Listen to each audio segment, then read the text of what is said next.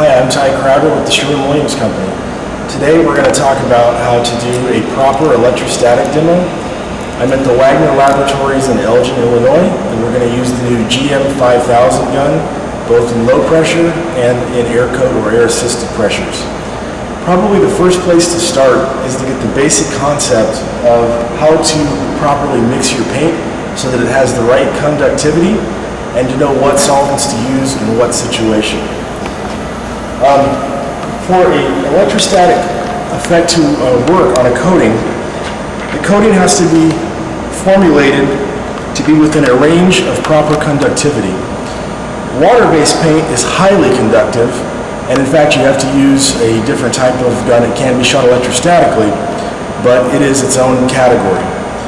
For paints that are also very hot, we would use what we call a low resistivity kit, which basically just consists of a specialized fluid hose to prevent wrap back to the gun and back to the paint material.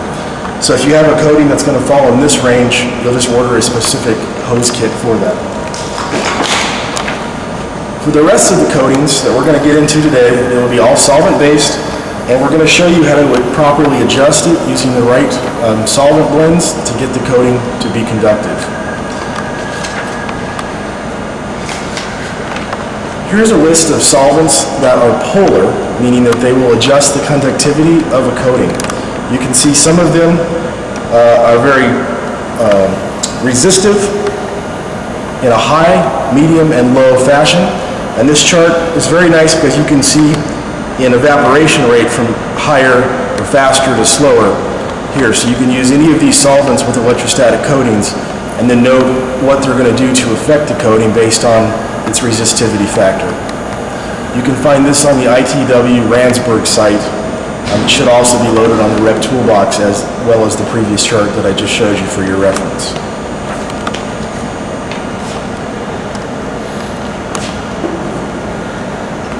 I have here a paint resistivity meter. This is the Wagner unit. It's very easy to use. You're just going to switch the unit on to resistivity test. You want to make sure that your coating falls somewhere in the green zone and it will work electrostatically. If it's in either of the two areas that are not solid green, it's not going to work. So what I have here is toluene, which is a very conductive solvent, but it's not going to move us on the chart much hotter. We have the standard pull-in reducer, which is going to move us slowly but a little bit, and we have the MEK, which is going to move us hotter by a lot. And then I also have just a cup of water, so you can get the idea of ultra hot, right? To use this meter, you just stick the probe up to the line, and you can see I have almost no effect there. It's very dead.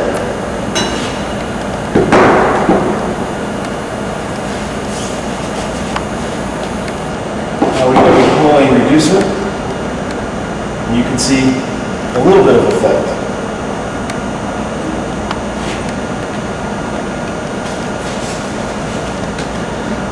Now I have MEK, and you can see it's quite hot. It's in the green zone there, just under 200K.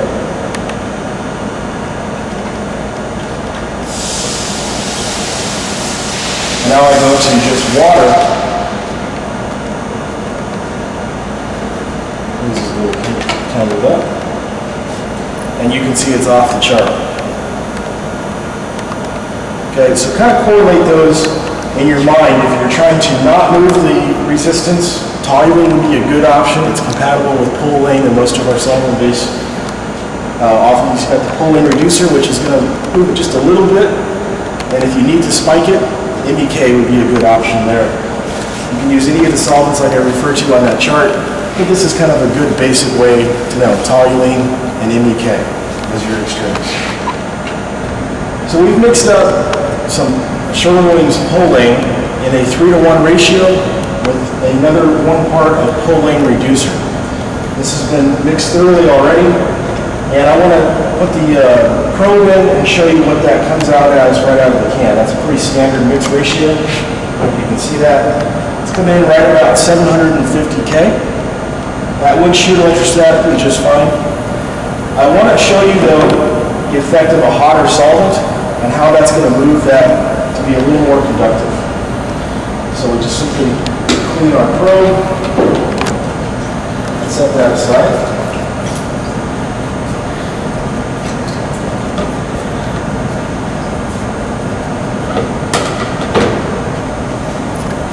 I have here 100 milliliters of MEK. I'll add that to the coating. Mix it up.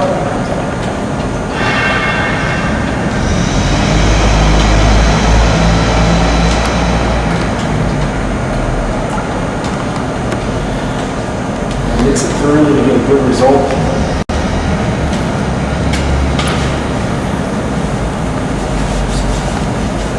Probe is not contaminated. Retesting.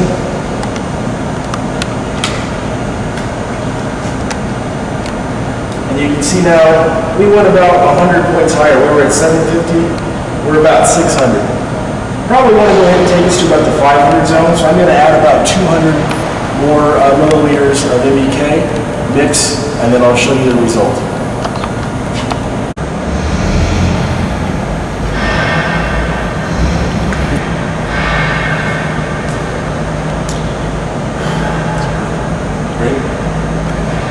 We've now added the additional 200 cc's or milliliters of MEK.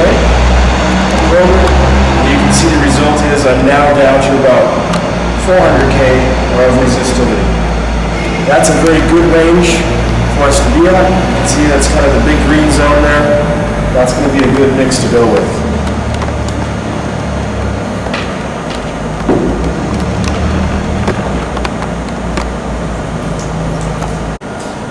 The next thing that you need to really give close attention to for a successful electrostatic demo is the ground.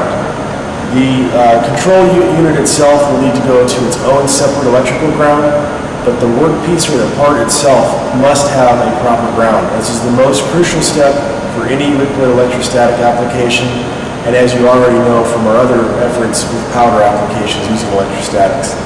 This is a ground detection meter. I highly recommend that you guys get some of these for what we do. This is an invaluable tool. It simply just has a test button and 5 lights on top. Red indicates that you have no ground. Of course, the closer you get to the last light, the green light, the better the ground is. I'll give you an example. I'm touching this hook right here, and as you can see, not that great a ground. I touch this hook right here, and only the first and second light is lit up, so that's a good ground. So obviously this one here has some paint on it and it's insulated. This is a great tool. 101, go. I got a good ground or a bad ground. Okay, so we're ready to turn on the unit and talk about what the settings are, and then we'll go through the gun itself. There's a main power switch located here just on the back. It's just a toggle. Turn that on. Again, I already talked about that you want to make sure that this unit has its own ground cable that's run to its own separate electrical ground. You never run it to the same ground as the part. This works very much just like the powder coating control boxes that we have on the Wagner Sprint units. Essentially, you have recipe 1, recipe 2, recipe 3. This column here is your voltage. This column here is your microamps. If you're familiar with the powder coating equipment, these work very much exactly the same way. The voltage controls how much wrap and build you're going to get, and the microamps control how much Faraday cage effect that you're going to get. We're going to start our demo today with the GM5000 air coat gun, which is the air assist version. I've got it set up with a flat fan tip, which would be probably the most common setup that we would sell in the air coat system. The controls on the gun, you have an on-off button on the back. Obviously when it's on, it's now saying R1 or recipe 1. If I press and hold that, it's now recipe 2. I press and hold that, it's now recipe 3. Press and hold again, I go back to recipe 1. My fan pattern adjustment is here on the gun to widen or narrow the pattern. And of course my gun trigger lock here. I can still get atomizing air with a half trigger. Alright. The other thing to be noted is there's an electrode sticking out of the gun. That is what is generating the electric field as the air passes through in front of it. You can kind of do a little self-test. If you put the trigger lock on and just pull the trigger, you'll feel electric, almost like static current coming out. You'll feel the static on your clothes. Then you know you have a good functional gun. Some safety issues that you always want to consider. You want to wear a leather-soled shoe or a grounding strap. You always want to have bare skin contact with the gun, so don't wear any kind of gloves, or if you do wear a glove, make sure you have a cutout, because you're actually grounding yourself as you hold the gun. If any operator ever complains to you that the gun shocks him, it's actually the opposite. That means that the operator is insulated, probably rubber work boots. He acts as a capacitor, and the operator can build up a charge, and then when he touches the ground, it's coming out of him. Just like when you walk on carpet and you build up a static charge and then you touch a metal object. So always make sure that the operator is properly grounded. The next most important thing before you do any kind of a demo with electrostatic equipment is safety glasses. The best ground on the human body is your eyes. They're covered with liquid, right? Liquid is a better ground than skin. The paint will come back to your eyes first if you happen to get closer to the work part, which is the ground. So always spray with safety glasses or on any kind of electrostatic spray equipment.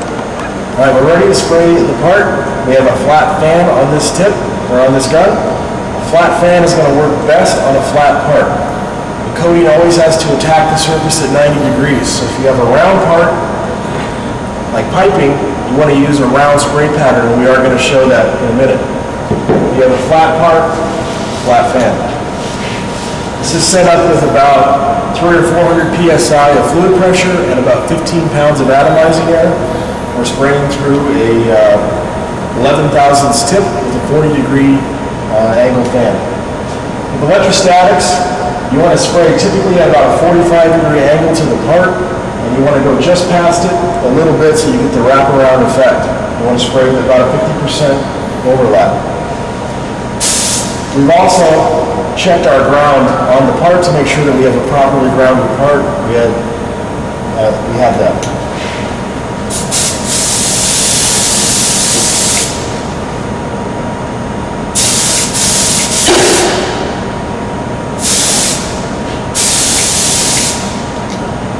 Okay, you can see here we got a pretty good wraparound effect onto that part. The purpose of selling someone electrostatics is to increase their transfer efficiency, but probably the biggest increase is the reduction in spray time and labor. And that's probably the #1 reason why we should be selling them this type of equipment in addition to the coating circuits. Okay, so we're going to now switch to the round spray pattern. We simply take off our air cap and our tip. We're going to put those in solvent and clean them with the parts brush. To get the round spray pattern, you need the round cap and tip. It comes like this as a set. This is the insert or diffuser. Feeding into there. And then this is the round nozzle. In this case, it's an air coat R11. You're going to put this in, and you use this tool that's provided to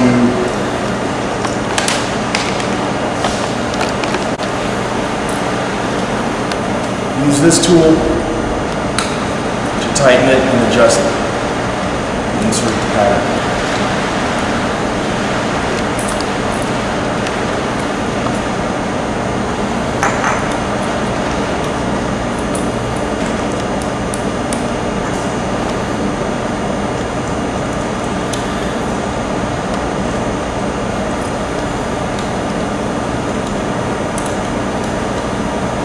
feel it gets snug.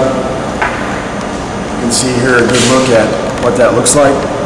You can now adjust the pattern as far as it's a hollow cone pattern, making it narrower or wider by adjusting this somewhat like a fire hose nozzle.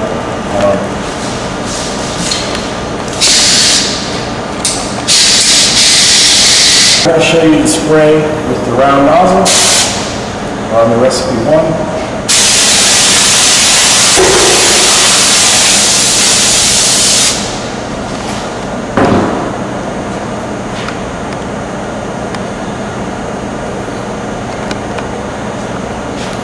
We got very, very good wrap with that. You can see on that part. Almost got it all the way around. That very soft forward velocity that round spray cloud has does really, really good on round parts and hard to paint parts, wrought iron railings, fencing, intricate things like that. It will get good inside edge penetration for electrostatic versus that flat fan pattern.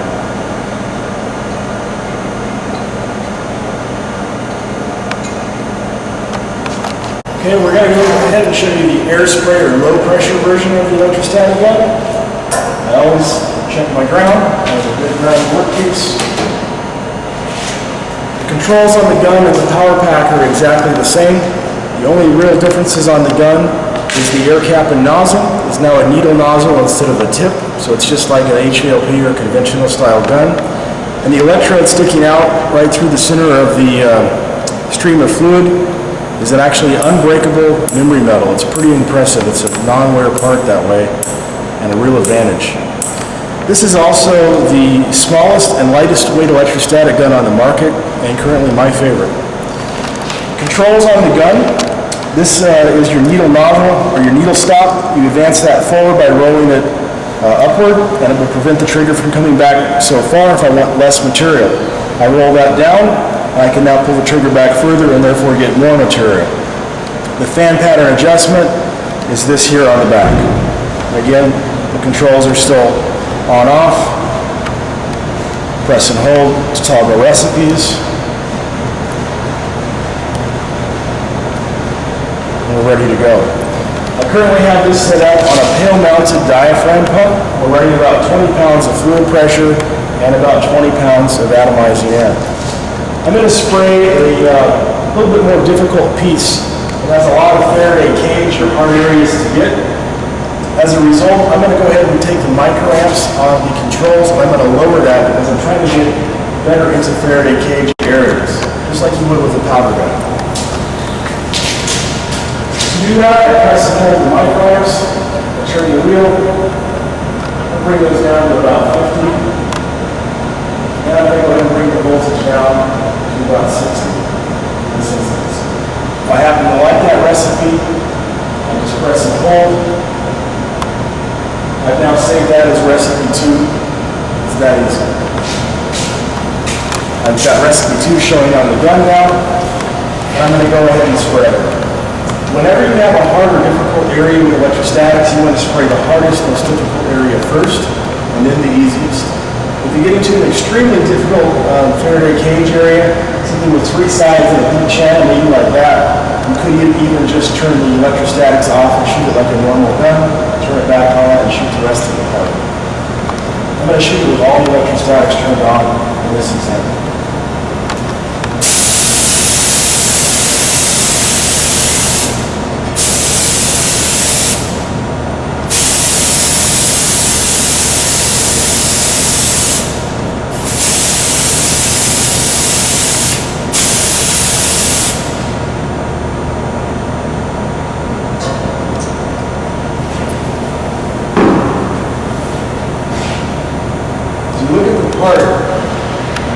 You can see some wrap on the edges.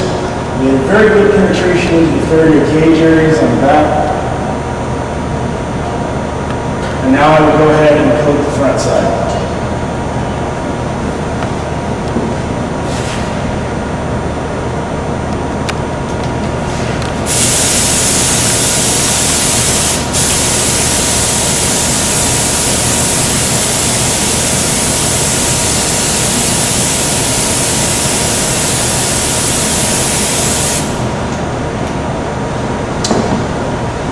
There's a round nozzle for the low pressure gun as well that shoots a hollow cone spray. Again, you would use that typically on round spray parts.